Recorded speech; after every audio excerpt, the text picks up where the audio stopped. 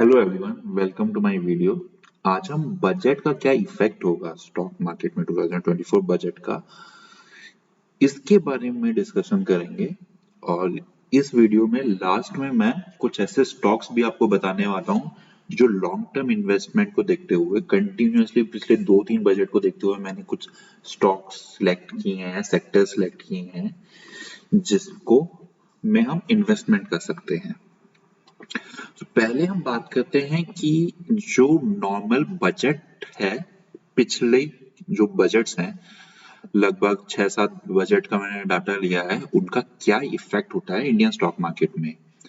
तो ये जो चार्ट आप देख रहे हैं, ये वॉलेटिलिटी इंडिया इंडेक्स का चार्ट है जो लिया गया है। ये जो कलर है, ऑरेंज कलर, ये बेसिकली जो बजट के पहले 30 दिन और बाद के 30 दिन यानी एक एक महीने का लिया गया है मैंने। वॉलेटिलिटी इंडेक्स आपको बेसिकली ये दिखाता है कि वॉलेटिलिटी कितनी है मार्केट में, मतलब मार्केट कहीं ऊपर, अगर वॉलेटिलिटी ज्यादा होगी तो मार्केट कहीं ऊपर या नीचे किसी एक डायरेक्शन में मूव कर सकता है। अगर कम है तो इसका मतलब है कि मार्केट स्टेबल है, बहुत ज्यादा मूवमेंट नहीं है। तो अगर इन चार्ट को देखेंगे हम तो 2017, 18, 19 कुछ भी हम अगर देखें तो VIX क्लोज टू 20 के आसपास है। 20, 21, 22 सब जगह आपका जो VIX है मतलब एक मोमेंटम देने के लिए तैयार है। पर वहीं हम 2023 और 2024 को देखें तो VIX बाकियों के कंपैरिजन में काफी कम है। तो मोमेंटम नहीं है इस वक्त मार्केट में, ये एक चीज इसको देखने से पता चलती है। इसके अलावा ये एक चार्ट है कि जो निफ्टी 50 है, इसका क्या इफेक्ट हुआ है बजट का, इसके ऊपर क्या इफेक्ट हुआ है। ये जो आपको डॉटेड लाइन दिख रही है बीच में, ये जो आपकी डॉटेड लाइन है, ये आपको बजट बेसिकली दिखा रही है। और ये पिछले वाला यानी पिछले 60 दिन, पहले 60 दिन का क्या इफेक्ट था यानी 2 महीने का, और नेक्स्ट 2 महीने का क्या इफेक्ट है। तो मैं पहला तो क्योंकि टाइम निकल गया तो उसके ऊपर ज्यादा बात नहीं करना चाहता।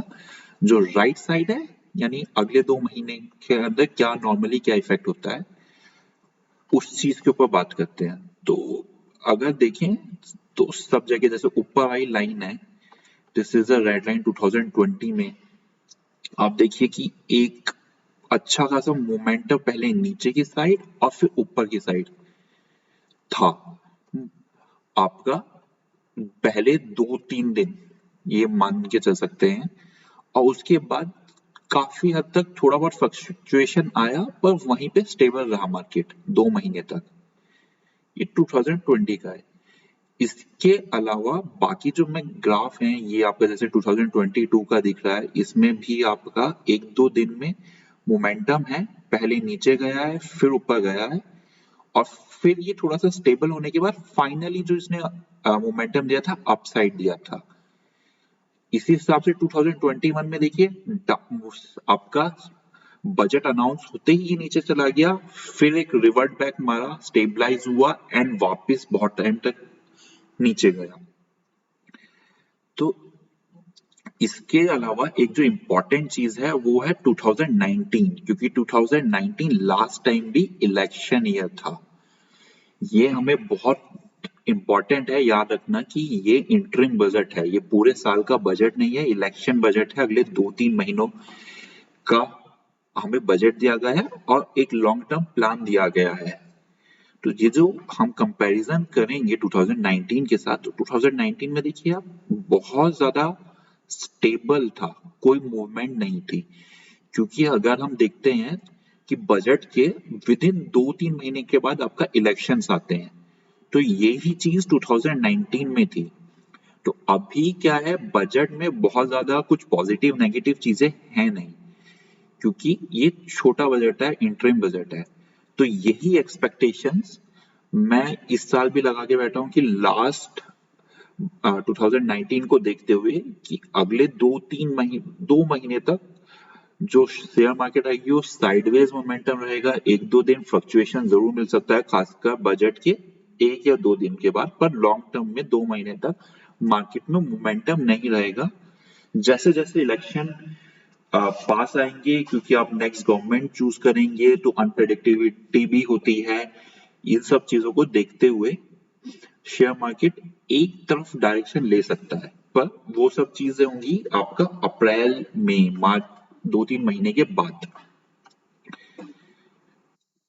तो उसके बाद चलो इस बजट की बात कर लेते हैं। इंटरिम बजट जरूर है, पर एक लॉन्ग टर्म का के बारे में बात की गई है इस बजट में कि हम लॉन्ग टर्म में क्या गवर्नमेंट सोच रही है। तो मैंने कुछ कुछ इंपॉर्टेंट पॉइंट उठाए हैं जिसको मैं स्टॉक मार्केट के साथ कंपेयर कर सकता हूँ। बिकॉज हम टैक्स के रिलेटेड बात नहीं कर रहे हैं, हम यहाँ पे वी आर मोर इंटरेस्टेड, हम ज्यादा इंटरेस्टेड इस चीज पे हैं कि स्टॉक मार्केट का क्या इफेक्ट, स्टॉक मार्केट पे क्या इफेक्ट होगा बजट का। सो मैं सिर्फ वही चीजें उठाई हैं जो इनमें से जो हाइलाइट्स हैं। एक तो जो हमारे फाइनेंस मिनिस्टर हैं उन्होंने बात की है कि 2 करोड़ मोर हाउसेस, 2 करोड़ नए घर बनाए जाएंगे गवर्नमेंट स्कीम के उसमें। तो अगर हाउसेस बनेंगे तो एक इंफ्रास्ट्रक्चर डेवलप हो रहा है, तो उससे रिलेटेड जो कंपनियां होती हैं, स्टील हो गया, सीमेंट हो गया, या फिर जो आपका टर्नकी प्रोजेक्ट्स जो लेते हैं बिल्डर्स होते हैं, वो इंक्रीज हो गया। फाइनेंस कंपनीज जो उनको पैसा देती हैं बिल्डर्स को, उनके ऊपर इफेक्ट आएगा। तो एक चीज ये देखनी होगी।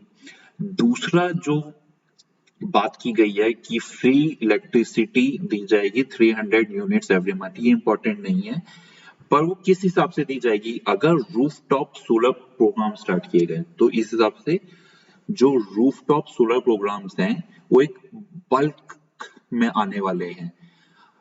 अभी लास्ट टाइम जब वाराणसी में मोदी जी गए थे तो उन्होंने वहां पे भी बोला गया था कि एक बहुत बड़े लेवल पे रूफटॉप प्रोजेक्ट्स आने वाला है। तो रूफटॉप प्रोजेक्ट्स आएंगे तो उससे रिलेटेड जो इंडस्ट्रीज हैं वो मैं आगे बात करूंगा कि कौन कौन सी इंडस्ट्रीज हैं उनको बेनिफिट मिलेगा, नए प्रोजेक्ट्स आएंगे, आपका कैश फ्लो इंक्रीज होगा उसमें। इसके अलावा जो एक पंचामृत क्लाइमेट गोल्स जिसकी बात की गई है, जो आपका 2021 में इंडिया ने डिसाइड किया था कि basically renewable energy green energy होती है, जो सोलर एनर्जी हो गई, विंड एनर्जी, इस टाइप की जो एनर्जीज हैं उसका पुश ज्यादा आएगा मार्केट में, वो बहुत तेजी से इंक्रीज होगा। तो वो जो 5 गोल्स हैं उनके बारे में बात की गई है। तो गोल के ऊपर डिस्कस नहीं करते मैं, बेसिकली इन चीजों से ये पता चलता है कि आपका कार्बन इमिशन कम होगा और आपका जो सोलर हो गया या फिर नॉन फॉसिल एनर्जी के सोर्सेज हो गए वो इंक्रीज होंगे। तो ये सब जो इंडस्ट्रीज हैं ये बेसिकली ग्रो करेंगी। ये कौन कौन सी इंडस्ट्रीज हैं मैं आपको अपने आगे की वीडियोस में बताऊंगा कि इनके उसमें कौन कौन सी इंडस्ट्रीज आती हैं। उसके अलावा एक और चीज की बात की गई है कि फिशर जो डेफिसिट है उसको हमने टारगेट किया था कि 5.9 के आसपास रखेंगे, 5.8 के पास 5.9 का टारगेट था, वो इस साल 5.8 है और उसको हम और ज्यादा रिड्यूस करके 5.1% पे ले जाएंगे। तो फिशर डेफिसिट है क्या बेसिकली, ये हम बहुत ज्यादा टेक्निकल टर्म में नहीं, बहुत आसान सी भाषा में ये बताना चाहूंगा मैं आपको कि जितना एक गवर्नमेंट पैसा खर्च करती है और पैसा उसको मिलता है उसका जो डिफरेंस है, अभी क्या है कि बहुत सालों में से आप देखेंगे कि हमेशा से ये आया है कि जो गवर्नमेंट पैसा खर्च करती है वो ज्यादा होता है और जो पैसा गवर्नमेंट को मिलता है टैक्सेस से वो कम होता है, तो उसको फिशर डेफिशिएट कहते हैं।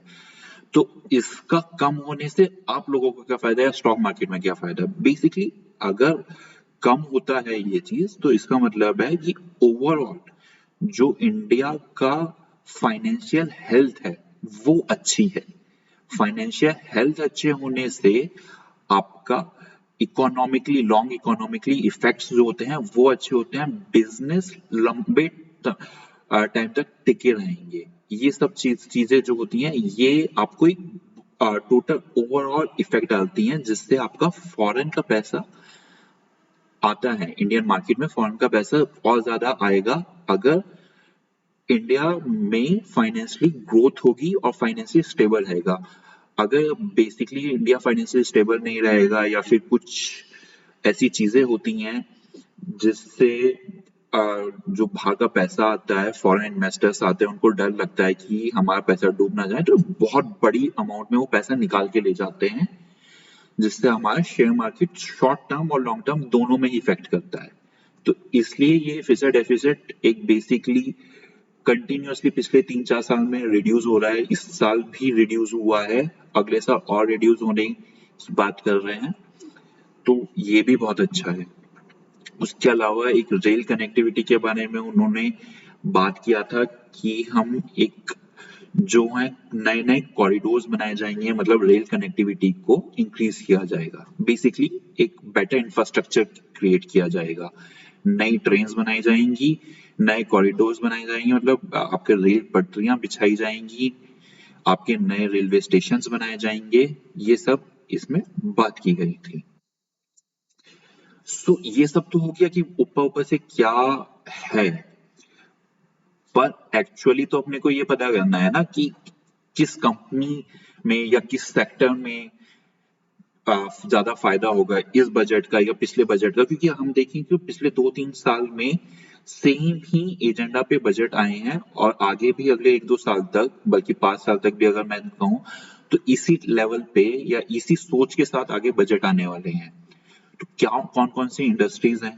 एक हाउसिंग इंडस्ट्री की जो बात की गई कि 2 करोड़ घर बनाएंगे, और वो घर बनेंगे तो उसमें आपका बेसिकली स्टील यूज होगा, आपका सीमेंट यूज होगा, तो जो एल&टी हो गई, सेल हो गया, स्टील मैन्युफैक्चर करती हैं ये कंपनियां, इसमें काफी ग्रो का चांसेस है। आपको जानना चाहिए कि India second highest steel producer है और इंडिया स्टिल एक डेवलपिंग कंट्री है जो अगले 10 साल तक कम से कम डेवलप करेगा, उसके आगे का तो अभी प्रोडक्शन करना बहुत मुश्किल है। तो आपका कंटिन्यूसली स्टील का, क्योंकि रोड बनेंगी, ब्रिजेस बनेंगे, नए रेलवे स्टेशन बनेंगे, रेलवे ट्रैक्स बनेंगे, तो स्टील तो यूज होगा ही होगा। उसी के साथ सीमेंट यूज होगा, तो सीमेंट से रिलेटेड कुछ जो कंपनीज हैं वो हैं एसीसी, श्री सीमेंट, अल्ट्राटेक, ये कुछ कुछ कंपनी मैंने डाली हैं, ये मेरे सजेशंस नहीं है, मैं बेसिकली इंडस्ट्रीज पे मैंने फोकस किया है कि ये हैं, और मेरे सजेशंस ये इसलिए नहीं है क्योंकि मैं इनका करंट प्राइसेस के ऊपर नहीं कह रहा कि इनको बाई करना चाहिए, लेकिन ये अच्छी इंडस्ट्रीज है जो लॉन्ग टर्म में आपको पैसा देके जाएंगे। उसके बाद रिन्यूएबल सेक्टर, हम जब भी आप कोई भी वीडियो उठा के देख लेंगे या कहीं पे भी आर्टिकल पढ़ेंगे तो रिन्यूएबल सेक्टर के ऊपर सब बात कर रहे हैं कि जो प्रोड्यूसर होगा वो पैसा कमाएगा, मतलब रिलायंस ने पावर ले हो गया या अडानी ग्रीन हो गया, एनटीपीसी हो गया, ये रिन्यूएबल प्लांट्स बना रहे हैं तो ये पैसा कमाएंगे। पर एक बहुत टेक्निकल चीज जो मैं इंक्लूड करना चाहूंगा इसमें, कि वो भूल जाते हैं कि उसमें इंस्ट्रूमेंट कौन से लगते हैं जो यूज होते हैं। आपके सोलर पैनल हैं, ये लगते हैं, पर इनका मेनली मैन्युफैक्चर कोई बहुत बड़ा है नहीं इंडिया में।